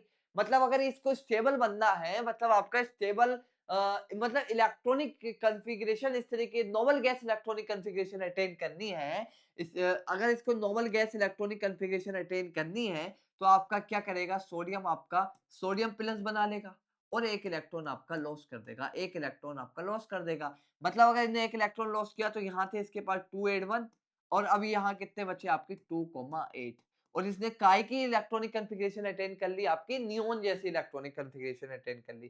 किसकी तरह इलेक्ट्रॉनिक कॉन्फ़िगरेशन अटेन कर ली, आपकी नियोन की तरह इलेक्ट्रॉनिक कॉन्फ़िगरेशन अटेन कर ली। यस, नियोन की तरह आपकी इलेक्ट्रॉनिक कॉन्फ़िगरेशन आपकी अटेन कर ली। तो मैं अगर इसको सोडियम को लिखूं कि अगर मैं इसका एक चीज और होती, that is the cross dot representation, उसको मैं देख लेता हूँ मैं लाया हूँ या नहीं आज। हाँ, यस, आई लाया हूँ। ठीक है, अगर मैं बात करूँ ये था, ठीक है, आपका एक होता है आपका सोडियम के अंदर, ठीक है, ठीक, तो सोडियम का ये है, तो मैं सोडियम को आपको समझा रहा था, ठीक है। अब सोडियम ने क्या किया, आपका एक इलेक्ट्रॉन आपका क्या कर दिया, इसने लॉस कर दिया। ठीक है, इसने एक इलेक्ट्रॉन आपका जो है लॉस कर दिया और ये क्या बन गया आपका, सोडियम प्लस बन गया, सोडियम प्लस बन गया। ठीक है, क्या बन गया आपका, सोडियम प्लस बन गया। अब बात करता हूँ क्लोरीन की। ठीक है, सोडियम क्या करेगा, आपका एक इलेक्ट्रॉन लॉस करेगा क्योंकि आपका ये इलेक्ट्रोपॉजिटिव एलिमेंट है, ये आपका एटम है। ठीक है, आपका इलेक्ट्रोपॉजिटिव एलिमेंट है, इलेक्ट्रोपॉजिटिव आपका एलिमेंट है। अब बात करते हैं क्लोरीन की। क्लोरीन की इलेक्ट्रॉनिक कॉन्फ़िगरेशन होती है 28,7। अच्छा, अब क्लोरीन की बात करूं, अगर ये 7 इलेक्ट्रॉन लॉस कर दे, 7 इलेक्ट्रॉन लॉस कर देगा तो भाई बहुत बड़ी अनस्टेबिलिटी आ जाएगी। हम क्या थे, स्टेबिलिटी लाना चाह रहे थे और क्या आ गई आपकी अनस्टेबिलिटी आ गई, मतलब इलेक्ट्रॉन नॉर्मल गैस कॉन्फ़िगरेशन आपके अटेन नहीं करेगा। ठीक है, तो अगर 7 इलेक्ट्रॉन में लूज कर दिए तो 2,8 तो हो रहा है, बट भाई नंबर ऑफ प्रोटॉन ज्यादा हो जाएंगे, भाई +7 का चार्ज आ जाएगा, जो कि ये तो और ज्यादा भयानक हो जाएगा, बहुत ज्यादा भयानक हो जाएगा। तो क्लोरीन क्या करेगा, अगर ये क्लोरीन एक इलेक्ट्रॉन गेन कर ले कहीं से, अगर एक इलेक्ट्रॉन गेन कर ले तो क्या हो जाएगा आपका, अगर क्लोरीन फॉर एग्जांपल, अगर मैं क्लोरीन की बात करूं, अगर क्लोरीन अगर आपका एक इलेक्ट्रॉन गेन कर ले तो क्या बना लेगा, Cl माइनस। मतलब यहाँ पे जो क्लोरीन था वो क्लोरीन था आपका 28,7, ठीक है, ये था 2,8,7 और यहाँ क्लोरीन हो गया आपका 2,8,8। काय की कॉन्फ़िगरेशन अटेंड कर ली आपकी, आर्गन वाली ऑर्गन वाली कॉन्फ़िगरेशन आपकी अटेंड कर ली 2,8,8 2,8,8, ठीक है, 2,8,8। अब ये इलेक्ट्रॉन जो आ रहा है भाई, कोई ना कोई इसको डोनेट कर रहा होगा, इसको दे रहा होगा, ठीक है, इसको दे रहा होगा। अगर ये इलेक्ट्रॉन नहीं होता तो क्या बनाएगा आपका, कोवैलेंट कंपाउंड बनाएगा, वो अलग Cl2 गैस बनाएगा, वो चीज अलग देखेंगे। आज हम डिस्कस कर रहे हैं आयोनिक कंपाउंड। तो आपका फॉर एग्जांपल यहाँ था सोडियम, ठीक है, सोडियम क्या कर सकता है आपका, एक इलेक्ट्रॉन लूज कर सकता है, और क्लोरीन आपका एक इलेक्ट्रॉन आपका गेन कर सकता है। क्रॉस से मैं बना देता हूँ, आपके क्लोरीन के पास आपके 7 इलेक्ट्रॉन है, ठीक है, 7 इलेक्ट्रॉन है, ठीक है, 7 इलेक्ट्रॉन है। अब इस सोडियम ने इस क्लोरीन को आपका क्या है, इलेक्ट्रॉन दे दिया, इस सोडियम ने इस क्लोरीन को आपका इलेक्ट्रॉन आपका दे दिया, ठीक है। अब इस सोडियम पे क्या आ गया आपका, पॉजिटिव चार्ज आ गया, भाई सोडियम ने इलेक्ट्रॉन लॉस कर दिया, और क्लोरीन के ऊपर क्या आ गया आपका, निगेटिव चार्ज आ जाएगा, ठीक है, 2 और 2 4 और 2 6, और ये वाला आपका एक इलेक्ट्रॉन हमारे पास ही आ गया। इसके ऊपर आपका क्या आ गया, आपका नेगेटिव चार्ज आ गया, यहाँ क्या आ गया आपका, नेगेटिव चार्ज आ गया, ठीक है। अब इस प्लस माइनस में होगा आपका आपका फोर्स ऑफ अट्रैक्शन होगी, इलेक्ट्रोस्टैटिक फोर्स ऑफ अट्रैक्शन होगी। आपने ये चीज पढ़ी होगी ना, प्लस माइनस आपके क्या करते हैं, अट्रैक्ट करते हैं, प्लस माइनस आपके क्या करेंगे, अट्रैक्ट करेंगे। तो ये दोनों आपस में अट्रैक्ट करेंगे और फॉर्मेशन हो जाएगी सोडियम क्लोराइड की। यहाँ पॉजिटिव चार्ज है और यहाँ आपके नेगेटिव चार्ज है, यहाँ आपका पॉजिटिव चार्ज है और यहाँ आपका नेगेटिव चार्ज है।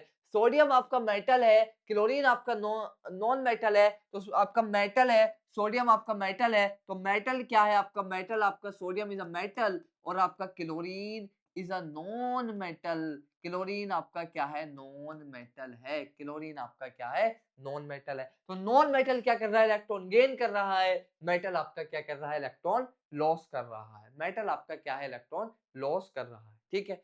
ये मैंने आपका क्या किया, सोडियम था, सोडियम ने एक इलेक्ट्रॉन लॉस कर दिया, Na+ बनाया, क्लोरीन के पास 7 इलेक्ट्रॉन थे पहले, 2 4 6 और 1 7, एक इलेक्ट्रॉन और आ गया, अब हो गए 2 2 4 और 2 6 और 2 8। इसको बोलते हैं आपके क्रॉस, इसको बोलते हैं क्रॉस, और ये आपके इलेक्ट्रॉन को रिप्रेजेंट करता है, और डॉट भी आपका इलेक्ट्रॉन को रिप्रेजेंट करता है। बट ये आपका अगर कोई मेटल अगर लॉस करे और या फिर कोई गेन करे तो हम डॉट वहां पर दिखा देते हैं।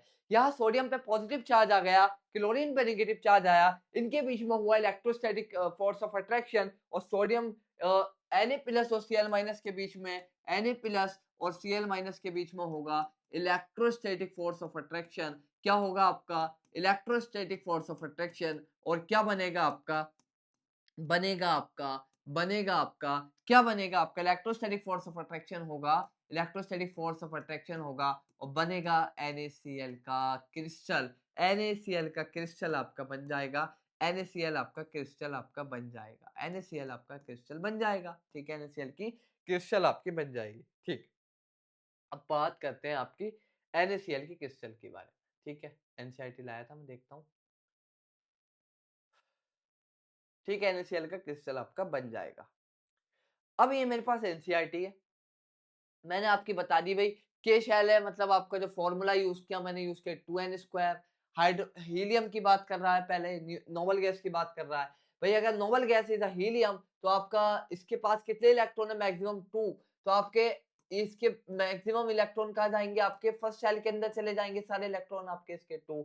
अब इसके पास है 10 इलेक्ट्रॉन, तो पहली शेल में आपके 2 इलेक्ट्रॉन, उससे अगली शेल आपका मतलब शेल नंबर 2, मैक्सिमम इलेक्ट्रॉन कितने आ सकते हैं आपके 8, 8 आ सकते हैं, तो आपका 8 भर दो। और ये वाली बात भी मैंने आपकी बताई, कान गया आपका कैल्शियम और पोटेशियम, ये वाली बात भी आपकी मैंने आपकी बता दी, ये वाली बात भी मैंने आपकी बता दी, इसको आप देख लें, ठीक है, इसको आप देख लें, आगे बढ़ते हैं।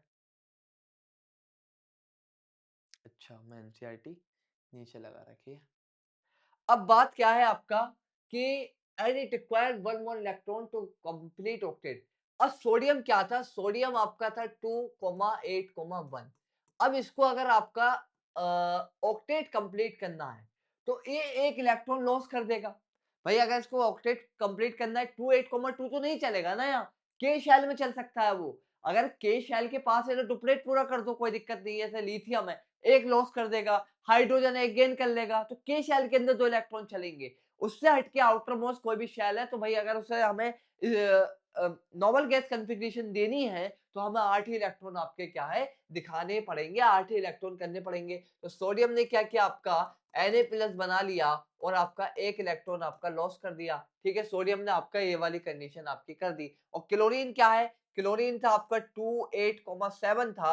अब ये 7 इलेक्ट्रॉन तो लूज नहीं कर सकता, लेकिन एक इलेक्ट्रॉन गेन करके इलेक्ट्रॉनिक कॉन्फ़िगरेशन आपकी नॉर्मल गैस इलेक्ट्रॉनिक कॉन्फ़िगरेशन आपके अटेन कर लेगा। एक इलेक्ट्रॉन गेन करेगा, 2,8, आपका 8 हो जाएगा। सोडियम के ऊपर पॉजिटिव चार्ज आ जाएगा, क्लोरीन के ऊपर नेगेटिव चार्ज आएगा। मतलब इस सोडियम ने इस क्लोरीन को आपका इलेक्ट्रॉन दे दिया और Na+ और Cl- के बीच में आपकी एक इलेक्ट्रोस्टैटिक फोर्स ऑफ अट्रैक्शन आएगी, क्योंकि आपके अपोजिट चार्ज है। ये वाली बात मैंने बताई थी आपको कि अपोजिट चार्ज आपस में आपके क्या करते हैं, अट्रैक्ट करते हैं। प्लस माइनस या माइनस प्लस आपके क्या करते हैं, अट्रैक्ट करते हैं। इलेक्ट्रोस्टैटिक फोर्स ऑफ अट्रैक्शन आपके इनके बीच में आपकी होगी। इनके बीच में आपकी क्या होगी, इलेक्ट्रोस्टैटिक फोर्स ऑफ अट्रैक्शन आपकी इनके बीच में आपकी क्या होगी, आपके इलेक्ट्रोस्टैटिक फोर्स ऑफ अट्रैक्शन होगी। एक दूसरे को अट्रैक्ट करेंगे। The sodium chloride not exist as a molecule but क्यों ये आपके मॉलिक्यूल की फॉर्म में नहीं होता, क्रिस्टल्स की फॉर्म में होता है। जो बात मैंने बता दी, it's not in the form of molecule, क्योंकि आपके मॉलिक्यूल की फॉर्म में नहीं होता। ऐसा नहीं है कि कंबाइन हो जाए बिल्कुल। इसके बीच में आपकी दूर से ही आपका इलेक्ट्रोस्टैटिक फोर्स ऑफ अट्रैक्शन होती है, but aggregate of oppositely charge ion. Let us see the information for one ionic magnesium chloride. अब बात कर लेते हैं आपकी मैग्नीशियम क्लोराइड के बारे में। सिंपल चीज है, ऐसे करेंगे। मैग्नीशियम क्लोराइड की बात करें, काय की बात करें, आपके MgCl2 की। MgCl2 भाई मैग्नीशियम की इलेक्ट्रॉनिक कॉन्फ़िगरेशन क्या है? मैग्नीशियम की इलेक्ट्रॉनिक कॉन्फ़िगरेशन आपका 2,8,2, ठीक है। और अगर मैं बात करूं क्लोरीन की कॉन्फ़िगरेशन है 2,8,7, ठीक है। अब अगर मैं बात करूं मैग्नीशियम अगर 2 इलेक्ट्रॉन लॉस कर दे तो आपका क्या करेगा, आपका मैग्नीशियम अगर आपका 2 इलेक्ट्रॉन लॉस कर देगा तो आपका क्या बना देगा, मैग्नीशियम 2+ और 2 इलेक्ट्रॉन। और इसकी इलेक्ट्रॉनिक कॉन्फ़िगरेशन है आपकी यहाँ पे आपकी कितनी है, 2,8,2 और यहाँ पे हो जाएगी आपके 2,8, ठीक है, 10 इलेक्ट्रॉन हो गए। तो मतलब मैग्नीशियम आपके 2 इलेक्ट्रॉन लॉस करेगा अगर उसको नोबल गैस कॉन्फ़िगरेशन अटेन करनी है। अब हमारा जो कंपाउंड बनना है it's with the chlorine, magnesium chloride. तो भाई एक क्लोरीन कितने आइटम गेन कर सकता है? अगर मैं बात करूं क्लोरीन की, अगर मैं इलेक्ट्रॉनिक कॉन्फ़िगरेशन की बात करूं तो Cl आपका एक इलेक्ट्रॉन गेन करके Cl- बना देगा। तो यहाँ पे आपके हमारे पास मैग्नीशियम 2 इलेक्ट्रॉन लॉस कर रहा है, तो मतलब मुझे मैग्नीशियम के आसपास 2 क्लोरीन लगाने होंगे। वही सोडियम 1 इलेक्ट्रॉन दे रहा था तो 1 क्लोरीन लगा रहा था। मैग्नीशियम आपके 2 इलेक्ट्रॉन लूज कर रहा है तो 2 क्लोरीन लगाऊंगा। 2 क्लोरीन लगाऊंगा तो क्या करूंगा भाई, सिंपल क्या करूंगा, फॉर एग्जांपल मैग्नीशियम है तो मैग्नीशियम के पास आपके 2 इलेक्ट्रॉन आउटर मोस्ट में, मान लो मेरे पास ये है, और आपका 1 क्लोरीन इधर दिखा दूंगा, 1 क्लोरीन इधर दिखा दूंगा, 1 क्लोरीन इधर दिखा दूंगा, 2 तो 4 तो 6 और एक 7, और आपका 2 और 2 4 और 2 6 और एक 7। अब ये यहाँ आ जाएगा और ये वाला यहाँ आ जाएगा मान लो, और ये क्या बनेगा आपका Cl पे यहाँ आपका आ जाएगा, और ये 1 2 और 2 4 और 2 6, इस वाली कंडीशन ये हो जाएगा निगेटिव 1 -1, और आपका ये वाला भी निगेटिव हो जाएगा 6 और 1 के 7, ये वाला निगेटिव हो गया। और मैग्नीशियम क्या हो गया आपका +2 हो गया, मैग्नीशियम आपका 2+ हो गया, ये भी निगेटिव हो गया। अब ये दोनों आप क्लोरीन क्लोरीन आपके, तो ये बन जाएगा ओवरऑल कंपाउंड क्या बन जाएगा आपका Mg2+ और Cl, मतलब 2Cl- आ गए, और ये क्या बन जाएगा आपका 2 Cl आ गए ना, तो आपका क्या बन जाएगा आपका MgCl2, ठीक है, क्या बन जाएगा आपका MgCl2, क्या बनेगा आपका MgCl2, मतलब 2 मैग्नीशियम 2+ और आपके 2Cl-, ठीक है, 2Cl- आ जाएगा। मैग्नीशियम क्लोराइड ये भी आपके यहाँ पे भी इलेक्ट्रोस्टैटिक फोर्स ऑफ अट्रैक्शन होगी, जैसे कि आपकी सोडियम क्लोराइड में एवरीथिंग इज सेम इज। यहाँ पे भी इसका भी मेल्टिंग पॉइंट अच्छा खासा होएगा, इसका भी बॉइलिंग पॉइंट अच्छा खासा होएगा। क्यों अच्छा खासा होएगा भाई, इलेक्ट्रोस्टैटिक फोर्स ऑफ अट्रैक्शन है, कोई मॉलिक्यूल तो है नहीं, ये आपका क्रिस्टलाइन फॉर्म में मिलेगा। तो भाई पहले क्या करना होगा, मुझे इसका आयोनिक इंटरेक्शन तोड़ना होगा, ठीक है, बहुत ज्यादा स्ट्रॉन्ग भाई, electrostatic force of attraction is very strong force. मतलब अगर एटम के अंदर बात करें तो बहुत ज्यादा स्ट्रॉन्ग है। NaCl को बहुत ज्यादा हीट करना पड़ेगा। अगर NaCl सॉलिड है तो उसको मुझे लगभग 1000 डिग्री के आसपास आपका हीट करना पड़ेगा, जब जाके सॉलिड से लिक्विड मतलब NaCl मोल्टन स्टेट में आएगा। तो ये वाली बातें आपकी सारी हमने यहाँ तक की। अभी हम यहाँ पे आपके MgCl2 की बात कर लें। देखिए भाई 2 क्लोरीन की ज़रूरत पड़ी या पड़ी 28,2 है और मैंने क्या लिखा है आपका पीछे? मैंने भी तो यही लिखा है ना, कहाँ गया मेरा? ये लिखा है देखिए। यही लिखा है ना कि 2 इलेक्ट्रॉन लॉस कर देगा, 1 क्लोरीन आपका 1 इलेक्ट्रॉन गेन कर सकता है, इसलिए हमें 2 क्लोरीन की रिक्वायरमेंट पड़ेगी। तो मैंने दिखा दिया कि भाई 2 क्लोरीन की रिक्वायरमेंट पड़ेगी और MgCl2 की फॉर्मेशन हो गई है। क्रॉस वही आपका क्रॉस और डॉट आपके क्या है? आपके इलेक्ट्रॉन्स का रिप्रेजेंटेशन है। क्रॉस और डॉट आपके भाई इसके ऊपर आपके कितने थे? न्यूट्रल स्टेट में तो उसके पास 28,7 इलेक्ट्रॉन थे, मतलब आउटर मोस्ट में 7 थे। अब 1 इलेक्ट्रॉन और आ गया, इसमें से नेगेटिव चार्ज आ गया, नेगेटिव चार्ज आ गया और मैग्नीशियम में 2 इलेक्ट्रॉन लॉस कर दिया तो +2 चार्ज आ गया। तो आपका कितना चार्ज आ गया? उसके ऊपर आपका +2 चार्ज आ गया। अब हमारे पास क्या है? प्रॉपर्टीज ऑफ आयोनिक कंपाउंड की बात कर लेते हैं और आयोनिक कंपाउंड को हम इलेक्ट्रोवैलेंट कंपाउंड भी कह देते हैं। क्या कह देते हैं? आपका इलेक्ट्रोवैलेंट कंपाउंड कह देते हैं। इसके अंदर इन जनरल आपका एक मेटल होता है और एक आपका क्या होता है? नॉन मेटल होता है। एक आपका मेटल होता है और एक आपका नॉन मेटल होता है। मैं बात कर रहा था आपकी इसकी फिजिकल प्रॉपर्टीज की। अच्छा, अब मैं बात करूं इसकी फिजिकल प्रॉपर्टी। आपने एक चीज सुनी होगी कि like dissolves like, dissolves like. For example अगर कोई चीज पोलर है तो वो पोलर में डिसॉल्व होगी और अगर कोई चीज नॉन पोलर है तो वो नॉन पोलर में आपके डिसॉल्व होगी। अगर मैं NaCl की बात करूं, ये आपका प्लस माइनस। मैग्नीशियम क्लोराइड की बात करूं तो ये आपका +2 एंड ये -1, इस तरीके से होगा। ये क्या है? इनके ऊपर आपका एक चार्ज डेवलप है। क्यों चार्ज डेवलप हो रहा है? Chlorine is more electronegative than आपका sodium and also more electronegative than आपका मैग्नीशियम और एक आयोनिक कंपाउंड है और आयोनिक कंपाउंड आपके क्या होते हैं? पोलर होते हैं इन नेचर। ये आपके क्या पोलर कंपाउंड है। ठीक है, पोलर कंपाउंड है। ये क्या है? आपके पोलर कंपाउंड है। तो ये आपके पोलर कंपाउंड है तो पोलर कंपाउंड काय के अंदर डिसॉल्व होंगे? पोलर सॉल्युबल के अंदर डिसॉल्व होंगे तो आपके सोल्यूबल इन वाटर। ठीक है, तो वाटर के अंदर आपके सोल्यूबल होंगे क्योंकि वाटर भी आपका पोलर है, क्योंकि आपका वाटर भी आपका पोलर है। Water is also polar. ठीक है, वाटर भी आपका पोलर है, वाटर भी आपका पोलर सॉल्वेंट है। H2 आपका क्या है? पोलर सॉल्वेंट है। ठीक है, बट ये आपके नॉन पोलर जैसे कि अल्कोहल हो गया या फिर आपका पेट्रोल हो गया, केरोसिन हो गया, not soluble in non polar. ठीक है, not soluble in non-polar like आपका अल्कोहल जो कि आपका इथेनॉल हो गया, मिथेनॉल हो गया, ये सारे आपके क्योंकि ऑर्गेनिक कंपाउंड है। अल्कोहल हो गया और अगर मैं बात करूं आपका केरोसिन हो गया और आपका पेट्रोल इज आल्सो हाइड्रोकार्बन। ठीक है, हाइड्रोकार्बन होता है भाई जिसके अंदर कार्बन और हाइड्रोजन आ जाए वो सारे आपके नॉन पोलर होते हैं इन जनरल।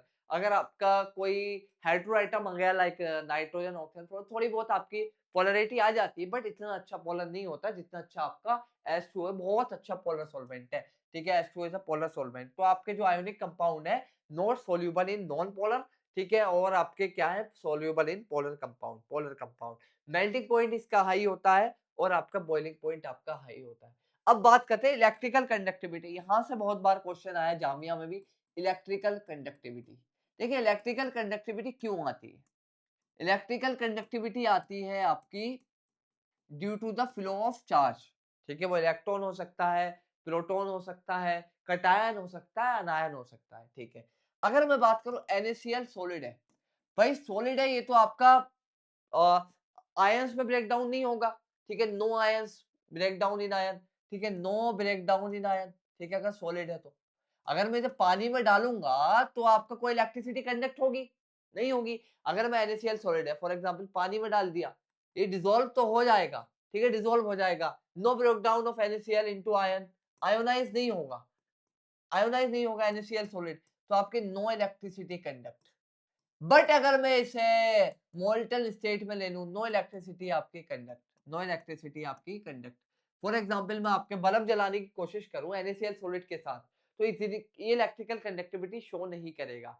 आयोनिक कंपाउंड आपके इलेक्ट्रिकल कंडक्टिविटी शो नहीं करते इन सॉलिड स्टेट। ठीक है, सॉलिड स्टेट के अंदर जनरली कुछ एक दो एक्सेप्शंस हो सकते हैं। तो अगर मैंने NaCl पानी में घोला तो ये आपकी कोई कोई आपका NaCl आपका कभी कभी दिखा भी मतलब कभी क्या शो भी कर देता, कुछ आपके आयोनिक कंपाउंड ऐसे होते हैं जो शो भी कर सकते हैं।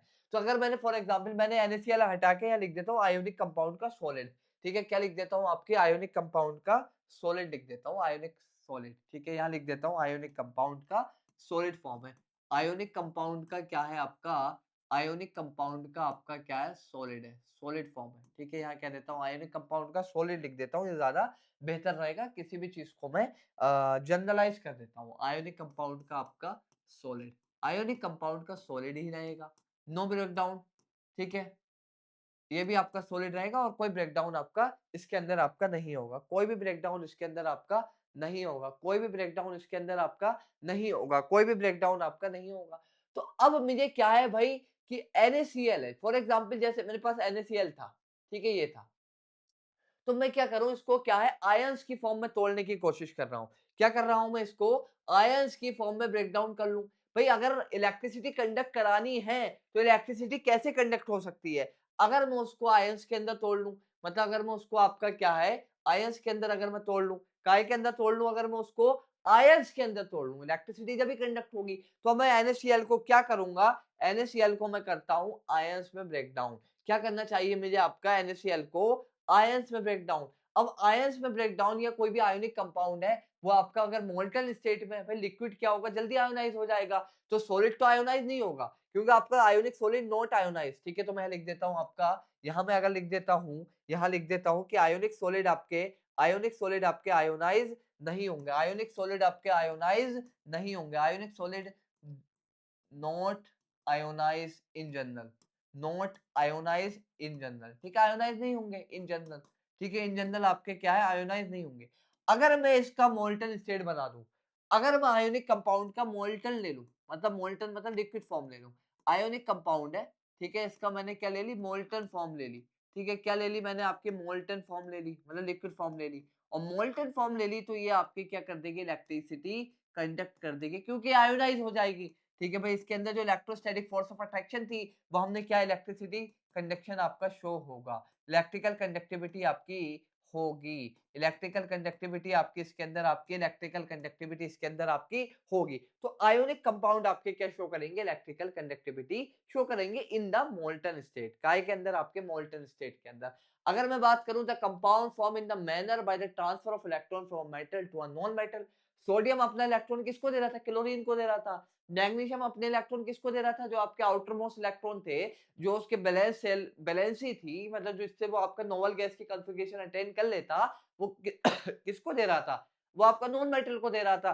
तो नॉन मेटल इलेक्ट्रॉन गेन कर रहा है और आपका मेटल क्या है, इलेक्ट्रॉन लूज कर रहा है, और ऐसे कंपाउंड को आयोनिक कंपाउंड या इलेक्ट्रोवैलेंट कंपाउंड कह सकते हैं। कटायन एनायन बता सकते हैं मैग्नीशियम क्लोराइड के अंदर, यस Mg2+ होता है, 2Cl- होता है, क्लोरीन आपका आनायन हो जाएगा और ये आपका क्या हो जाएगा, कटायन हो जाएगा, ये आपका कटायन हो जाएगा। मैंने एक बात ये बताई कि आपकी फिजिकल स्टेट क्या होती है आपकी, आयोनिक सॉलिड जो होते हैं इन जनरल आपके सोल्ट होते हैं, जैसे NaCl हो गया, MgCl हो गया, Ki2 हो गया, KCl हो गया, ये सब क्या होते हैं आपके क्रिस्टलाइन सॉलिड ही होते हैं, सॉल्ट्स की फॉर्म में होते हैं, ठीक है?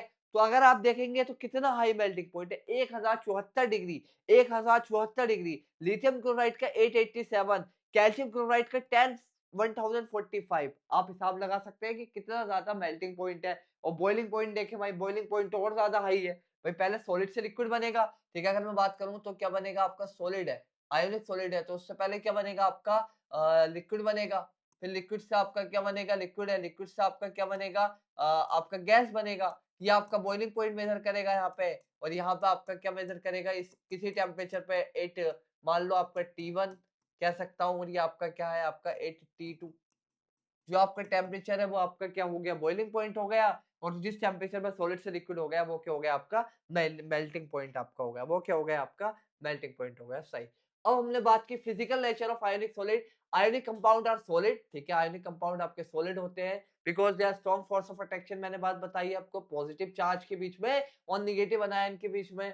The compound are generally brittle and break into the piece when the, ये कंपाउंड आपके ऐसे होते हैं टूट जाते हैं, मतलब इतने सॉलिड भी नहीं होते, NaCl है, पीसेंगे टूट जाएगा, ठीक है? पीसेंगे तो टूट जाएगा, इतना सॉलिड आपका नहीं होता। हाई मेल्टिंग पॉइंट होता है और आपका हाई बॉइलिंग पॉइंट होता है, क्यों होता है, क्योंकि आपका स्ट्रॉन्ग इंट्रा आयोनिक अट्रैक्शन होता है, ये वाली बात भी बताई भाई, NaCl के बीच में बहुत ज्यादा स्ट्रॉन्ग आयोनिक अट्रैक्शन होगा, तो पहले हमें क्या करना होता है कि ionic attack, for example H2O को बॉयल कर रहा है, तो पहले उसके हाइड्रोजन बॉन्डिंग ब्रेक करनी होगी, उसके मॉलिक्यूलर हाइड्रोजन, वाटर के अंदर क्या है, एक अच्छी हाइड्रोजन बॉन्डिंग होगी H2O मॉलिक्यूल्स के बीच में, तो उसके हाइड्रोजन बॉन्डिंग अगर ब्रेक करनी होगी ना हमको पहले, फॉर एग्जांपल अगर मुझे किसी 2 लोगों को झगड़ा कराना है, तो पहले उनमें भी फूट डालनी होगी। इसी तरीके से अगर मुझे H2O को अगर आपका बॉयल करना है, तो उसके अंदर मुझे उसकी जो बॉन्डिंग है, उसके मॉलिक्यूल्स के बीच में इंटरमॉलिक्यूलर फोर्सेस हैं, उसको ब्रेक करना होगा। इसी तरीके से आयोनिक सॉलिड्स के अंदर, उसके अंदर आपके क्या है, सॉलिड्स हैं, उनके बीच में क्या है, एक कटायन, एक एनायन है, इंटरमॉलिक्यूलर फोर्स ऑफ अट्रैक्शन है, तो उसको मुझे क्या करना होगा, आपका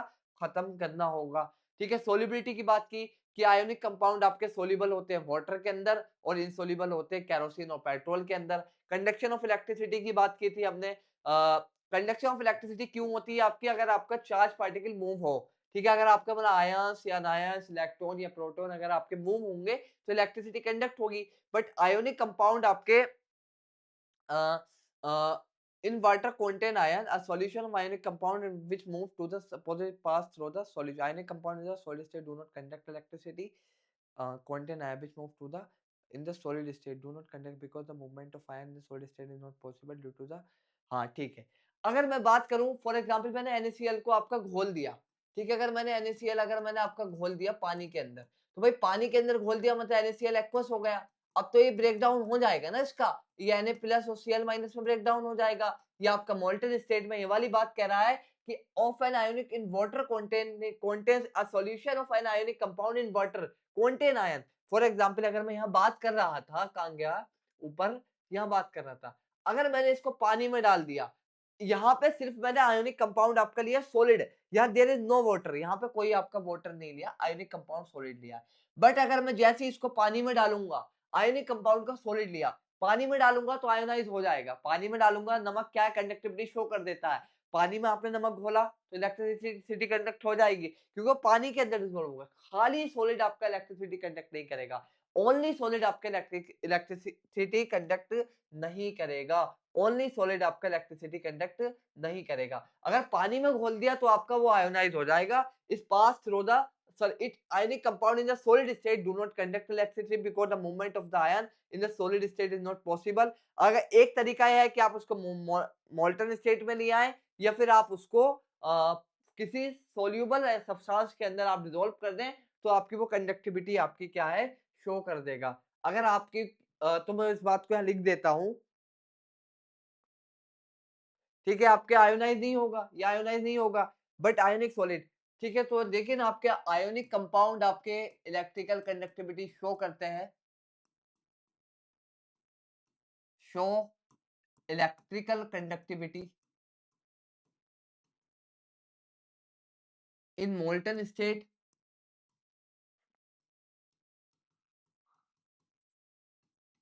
या अगर वो किसी पोलर सब्सटेंस, पोलर सॉल्वेंट के अंदर डिसॉल्व है या और डिसॉल्व इन पोलर सॉल्वेंट, या अगर वो पोलर सॉल्वेंट के अंदर डिसॉल्व है, लाइक वाटर, लाइक वाटर।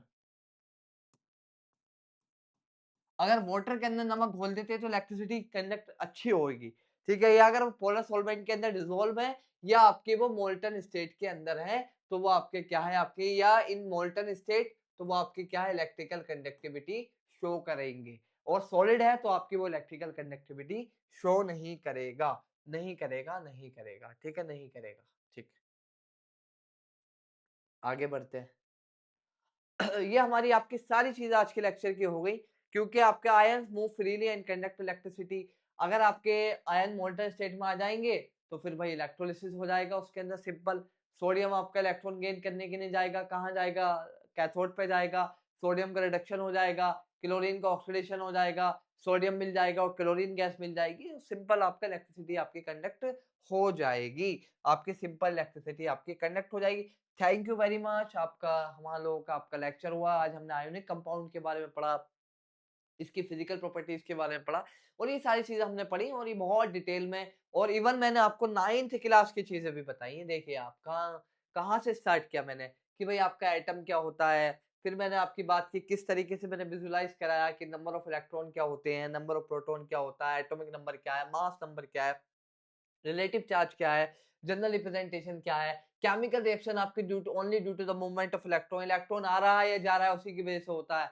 और आपका सोडियम के बारे में बात की, फिर मैंने पूरा इस तरीके से आपका शेल नंबर बताया, न्यूक्लियस के बारे में, इलेक्ट्रॉनिक कॉन्फ़िगरेशंस के बारे में बात की। और ये मैंने एक्सेप्शंस वाली, मतलब एक्सेप्शंस क्या है, ये रूल है कि भाई आपका मैक्सिमम जो आपकी बैलेंस सेल है उसके अंदर आपके 8 से ज्यादा इलेक्ट्रॉन नहीं हो सकते, आपके 8 से ज्यादा इलेक्ट्रॉन आपके नहीं हो सकते। फिर मैंने बात बताई कि डुप्लेट आपका जब अगर के शेल बन रहा है, फॉर एग्जांपल हाइड्रोजन है, तो अगर वो एक इलेक्ट्रॉन गेन कर लेगा, डुप्लेट के शेल के अंदर बन रहा है। लिथियम है, वो अगर एक इलेक्ट्रॉन लूज कर देगा, तो उसके पास आपके इलेक्ट्रॉन बचेंगे, कहाँ बचेंगे, के शेल में बचेंगे। डुप्लेट हमेशा के शेल में ही हमको देखनी है। कहाँ देखनी है, आपकी के शेल के अंदर देखनी है। ये सारी बातें की। क्लोरीन आपका नेगेटिव होता है, मैग्नीशियम के अंदर 2 क्लोरीन की जरूरत पड़ेगी।